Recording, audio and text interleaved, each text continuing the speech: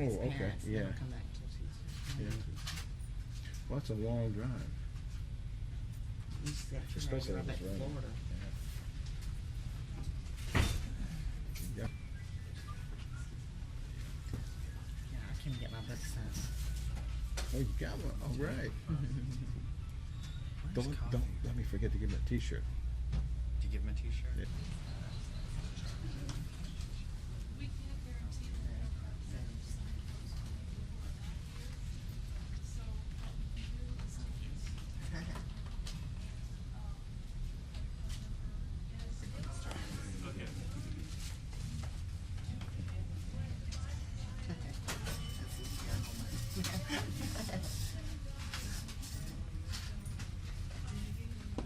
What'd you think? I just leaned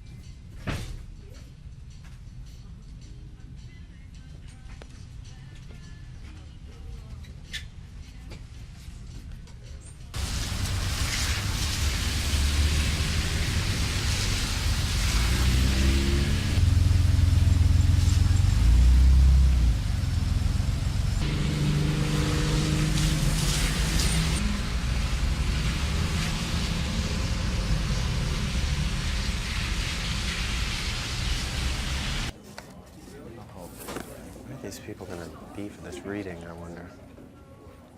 Joey, let me hear you say something. Testing. I'm here with Chris Rice. Go Can you ahead. hear me? Anytime you guys are ready. Okay. Hi, I'm Joey Wills, and I'm here with Chris Rice, author of A Density of Souls. Now, of course, Chris is the son of award-winning author Anne Rice, but this is a book from his own soul, really. And I'd like to know, Chris, first of all, thanks for stopping with us today and giving us some time. Thanks for having me. I'd like to know how much of this book is really a reflection of your life and growing up. Well, definitely the central character, Stephen. I gave him my pain and sense of isolation in high school as a closeted gay teenager, but the book itself is not a memoir or a biography. It's really the book that I, as a gay 15-year-old, would have wanted to read that I could never find. Well, it's so nice to have out now. As I was reading through it, I had so many memories of going to high school myself and dealing with being closeted and my sexuality and all those feelings. So it's really a wonderful book that you have out, and I think it's going to do a lot for the gay youth of America, really. If they get a hold of it and read it. Now, what was it like? Was it challenging for you to write a book knowing that your mother was a famous author? Did you come across any obstacles or?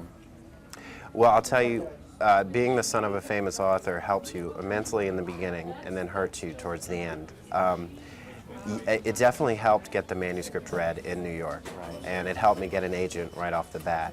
I'm not willing to say that it got me an editor up front, and I don't think it's responsible for the interest in the book, the continued interest in the book.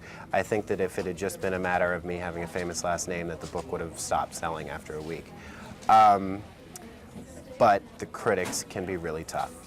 And there are a lot of comparisons being drawn, which I don't really get because the book is not supernatural in any sense, and characters are very mortal. But I think the setting too, the fact that it's in New Orleans, is tempting people to compare it to my mother's work. But really, I think when it comes down to it, it's the same, maybe the same landscape that my mother captures, but it's a different window onto that. Yeah. Did you have a hard time coming out to your parents? Yeah, I did. I had a harder time coming out to myself. I didn't want to be gay. I was the number one person who didn't want to be gay, and so I was willing to sort of tell myself I was bisexual for as long as I wanted to, and I truly wasn't. I believe that there are bisexuals in the world, but I'm not one of them. Right. So I delayed it as long as I could until I was in a relationship, and I felt at that point in time my being out was not solely a personal matter, but also had something to do with someone else's feelings were now involved. Right. So, Well, thanks for sharing that with us. There's some parts of the book that are rather explicit as far as the relationships with the young boys. Quite exciting to read, I have to add. What was it like for your mother reading that when she was reading the manuscript for it? Did it make you nervous to have her read your thoughts and your feelings about that? no, absolutely not. Not my mother. It makes me nervous now that they're, all over stores. Yeah, this is a really, even though this book is not a biography, it's a deeply personal book, and my convictions are in it, and my feelings are in it. So, as opposed to, say, if I had written a sort of coldly constructed murder mystery, with sort of formulaic characters, I wouldn't feel as vulnerable having that on the shelves as I do having this book on the shelves, because it means so much to me deeply. So I was reading a little bit that you had pieced together some screenplays to really solidify the novel. Yeah. Is that really where it came from, or was it? Well, I started with these 4 young children in New Orleans, and I thought it was just going to be a short story. And then I was sort of forcing myself to lengthen it, and I didn't think I was going to have the energy to. And so as I continued to go, what happened is that just naturally, ideas that I had sectioned off to different screenplays fell into this book and ended up working. So it was kind of a magical process. It was neat. Well, great. Well, thanks for being here. This is an excellent book, A Density of Souls, Christopher Rice, and he's really coming to his own as an author, and we look forward to what he's going to have for us in the future. Yeah. Thank you.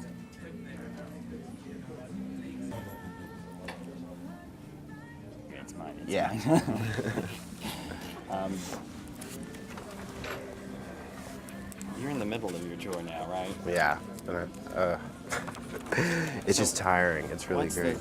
What's the question you hate answering? The worst one is, what's it like to be Anne Rice's son? Because there's no way to answer that. Absolutely none. Yeah, that's my least favorite. All the other ones I can handle. This is to Joey. Joey. I had a woman spell Sally with an I, so ever since then, I've been asking everyone how they spell their names. Tell me what you think about entertainers or celebrities that are gay, that aren't out to the public. Do you have any opinion about? I think that's tough. It's very easy to say that, is this just a signature? Yes. That we should only out those public officials who, by keeping their homosexuality a secret, are committing a political injustice, like, say, the classic example being, his name escapes me now, but I think he was a big proponent of Don't Ask, Don't Tell, and Michelangelo Signorelli outed him. Yeah. Pete Williams, but anyway. But you have to get into the whole thing like a male superstar or Hollywood idol. Are they really making money off of lying to the public about pretending to be straight? And at the same time, if a big male superstar did come out, what would happen to their career? That's what I wonder. Well, it almost seems like at times they're, of course, asked not to do it or to withhold. Has any of that happened to you? I mean,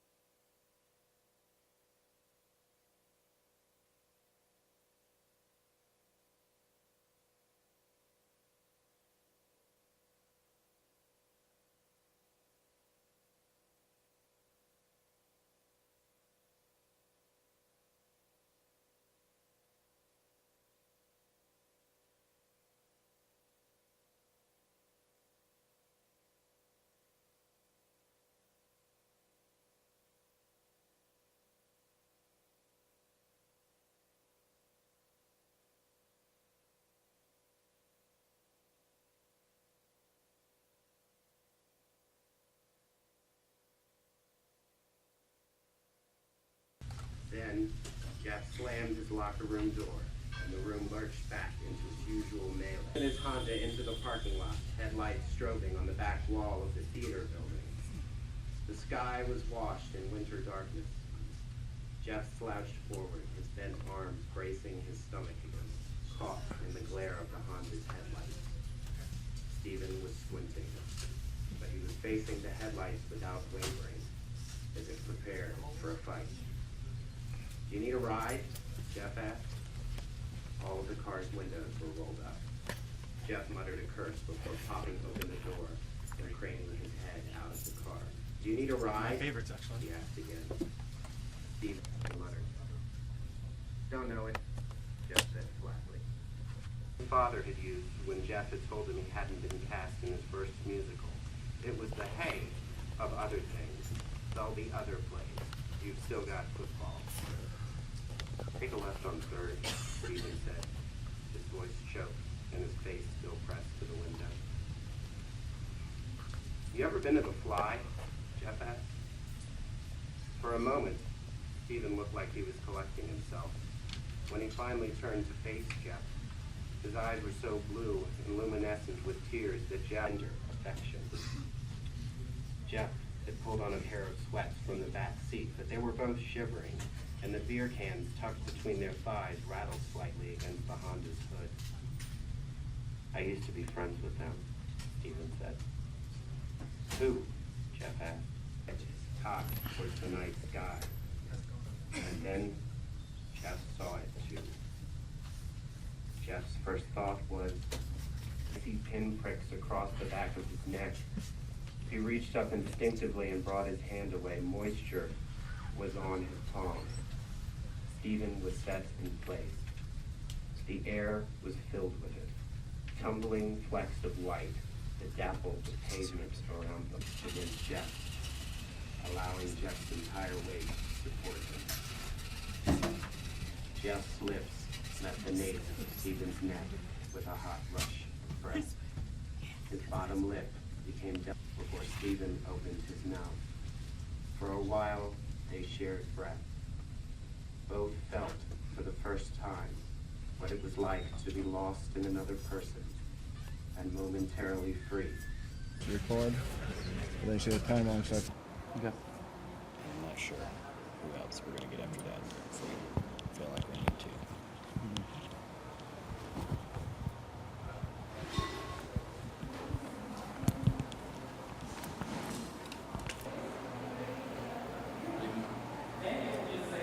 Hi, I'm Joey Wills, and we're at For Haven's Sake, a benefit for the Haven House Foundation, and I'm standing here with a lovely lady, Meta Johnson, who is the executive director of the foundation. Hey, Meta. Hey. Thanks for taking the time to talk to Well, us. thank you all for being here tonight. Could you tell us about the Haven House and what it does exactly?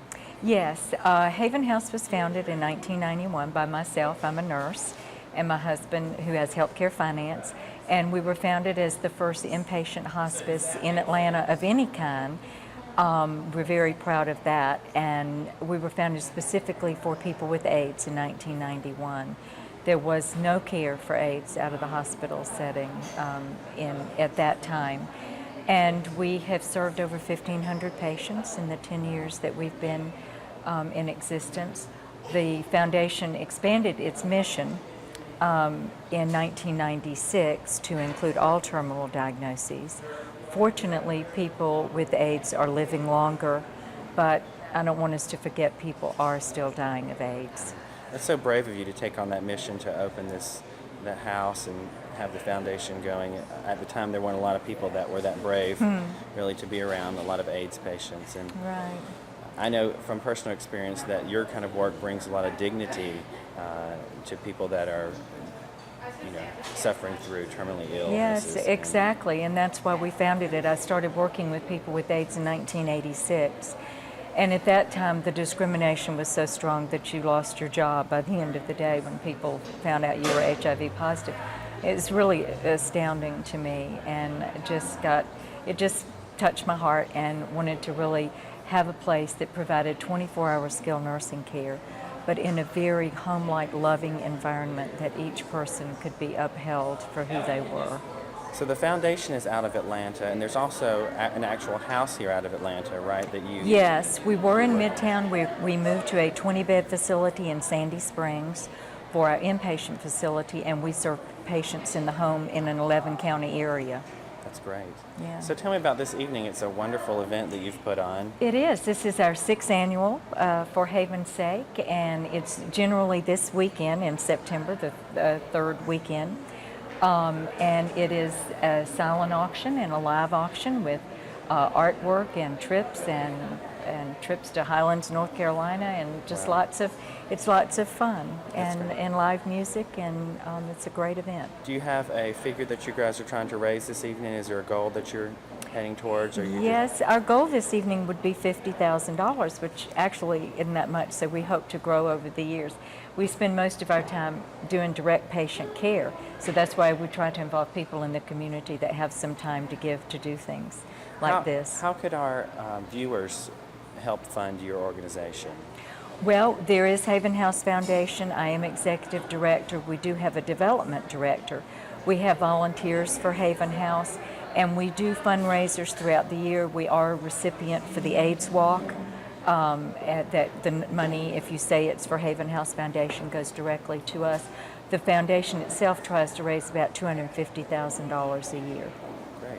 Well, thanks so much for your work. You're Thank a wonderful you. person in this community. It's Thank you really all. a pleasure to meet you. I'm Joey Wills here with Metta Johnson at For Haven's Sake. Good. Yo. Hi, I'm Joey Wills, and I'm here with Lynn Jones, the chairman of the board for the Haven House Foundation. Hey, Lynn. Hey, how are you? Great. Thanks for stopping and Sure. talking to us a little bit. Can you tell me a little bit about what your job is as the chairman? As the chairman of the board, basically I try to raise awareness of the AIDS in the community and what Haven House is all about. We're here to help those with AIDS. A lot of people die alone, and those last few days are not the best to be alone. Yeah, it's scary. And that's what Haven House is all about, just bringing some family into the picture. How long have you been involved? About 2.5 years. It's a really great job that you're doing. We really respect you and all your work. Thank you. Thanks so I much for enjoy talking it. to us. Sure thing.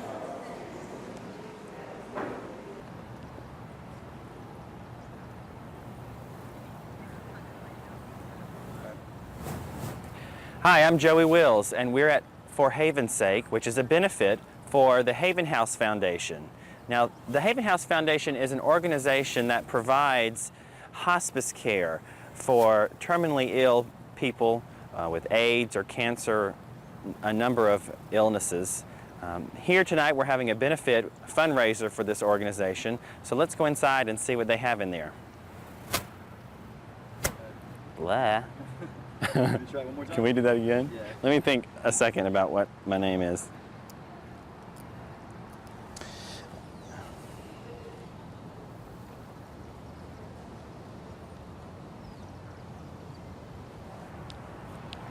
Okay. I'm not going to do the pan this time. So. Okay. Hi, I'm Joey Wills. We're at For Haven's Sake, a benefit for the Haven House Foundation. Now, this foundation provides hospice care for terminally ill patients. Tonight they're having a silent auction and a live auction. A number of different entertainers are here as well. So let's go inside and see what's going on.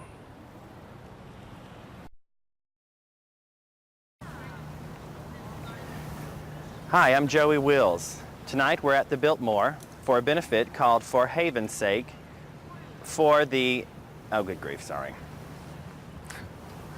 Okay. Is it still staticky? A little bit.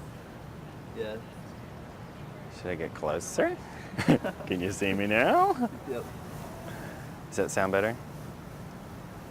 Okay, go ahead and try. Hi, I'm Joey Wills. We're at the Biltmore. For Haven's Sake is a benefit for the Haven House Foundation, which provides hospice care for terminally ill patients. Inside tonight, they're having a wonderful silent auction and a live auction. Let's go in and see what's happening.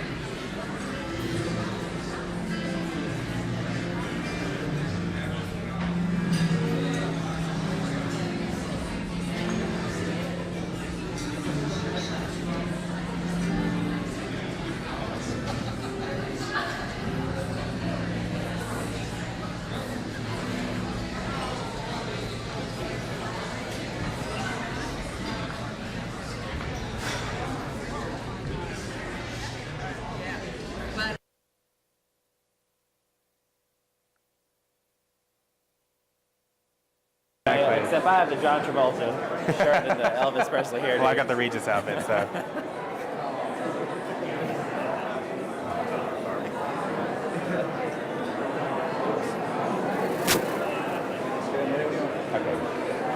Hi, I'm Joey Wills, and I'm here with Brian McGonigal. Brian is on the board of directors for the Haven House Foundation, and he's also the gentleman that put this event together this evening. Hey, Brian. Hey. Can you tell us a little bit about what's going on? Tonight we're having for Haven's sake, is the signature event for Haven House. And tonight we have a live and a silent auction to raise funds. We are funded by corporate sponsorship. What Haven House does is provides indigent care for people that cannot pay for hospice care. It was started with AIDS, and now it has brought it out to cancer and other illnesses. This is an excellent event. How much last year did you get, for example, for an event Last year this? we got about $43,000, and this year we're hoping to get closer to 50, 55. Great, and you also have an auction tonight, Yes. and then a silent auction as Yes, well, right? we have a live auction with about 10 items, and then we have about 120 silent auction items. Well, great, you did an excellent job here. It looks like it's a big success. Thank you. Thanks for talking to us. Okay.